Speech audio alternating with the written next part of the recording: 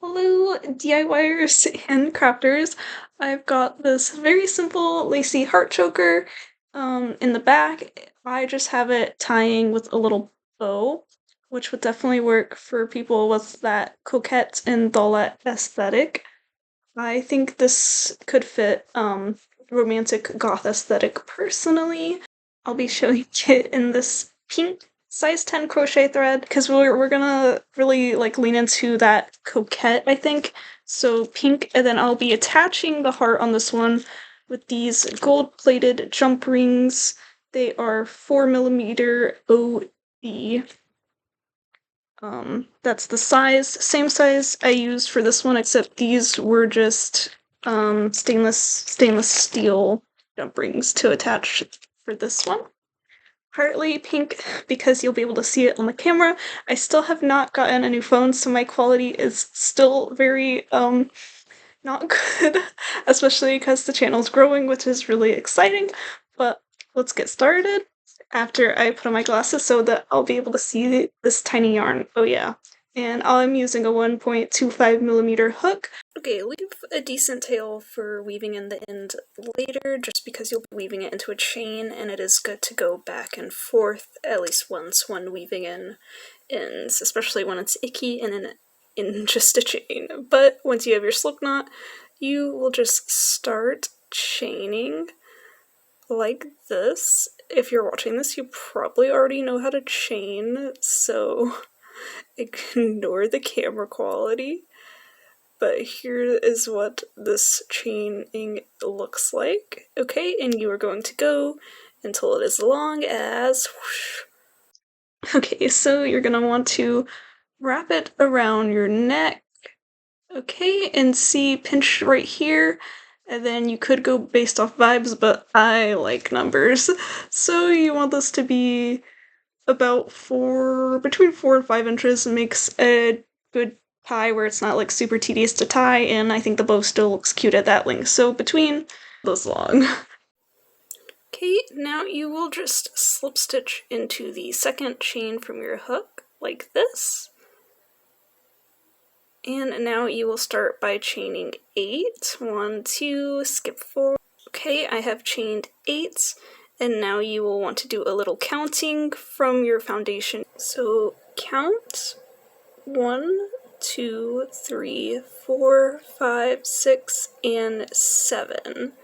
Insert your hook into the 7th chain and just make yourself a slip stitch.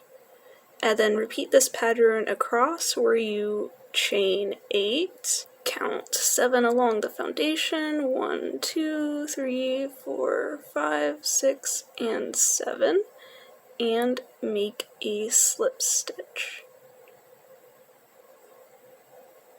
Keep going until you have 4 to 5 inches of just chain left. You can also wrap it around your neck and see how long this part is for your neck.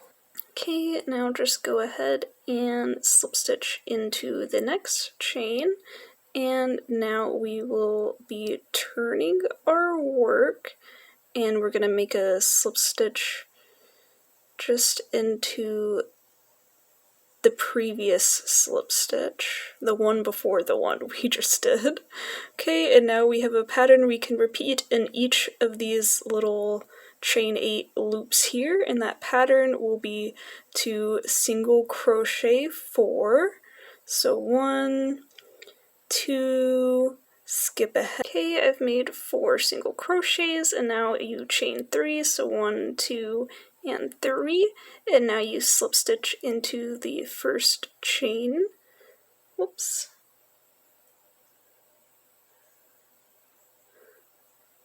Okay, so we're slip stitching, and now the pattern is to single crochet 4 more. So this little, like, the chain 3 picot ends up being in the middle of this little loop here. So here is single crochet 3 and single crochet 4, okay? And you will just repeat that pattern going across. Okay, I have made it basically to the end, and now I will just slip stitch in what was another slip stitch, the very first one you made. And then I'll also go ahead and slip stitch into that little chain right here. I'm just basically getting to the end. This is a little vibes based. And now you want to chain 4 to 5 inches again for the second tie. Okay, my 2 chain ties are like the same length, so I'm going to cut this, leaving a decent tail, and then we will just fasten off like this. Okay, now weaving a loose thread into just a chain is pretty icky, but I have a sharp needle here, and a tip I have seen is to not to go through in the fibers.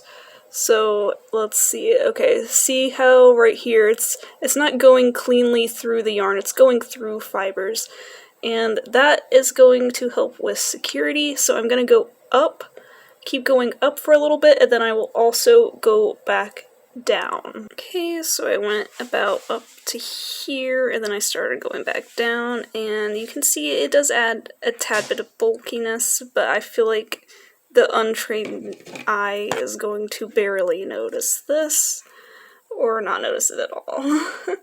So then you can snip that, and I'd say this is a pretty cleanly woven in for this. And let's do the other side. Okay, and here's the pink just to show that even though we weaved in ends through a chain, it's like, look how cute the bow is.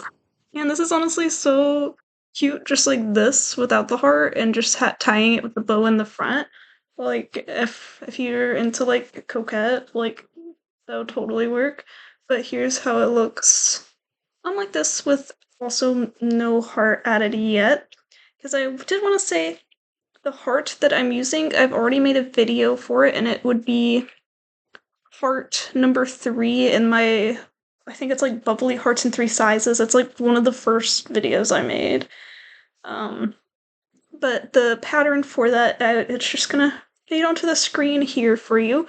If you need the video, you can watch it. And then, real quick tip, I think attaching it with jump rings is pretty self-explanatory, but you are just going to want to make sure that it is attached so that the heart sits facing the front, so you can kind of see how my jump rings are here. So like the middle one is the middle jump ring's kind of laying flat, and so is the heart. Then the other jump rings kind of move forward like this. I just found that the easiest way to do it. But let me know if you do this tutorial. If you do, you could tag me on Instagram at Enchanted by Crap, and I would love to see y'all's finished chokers. I would also love to know what color you choose to make your choker in. Thank you for watching, and bye!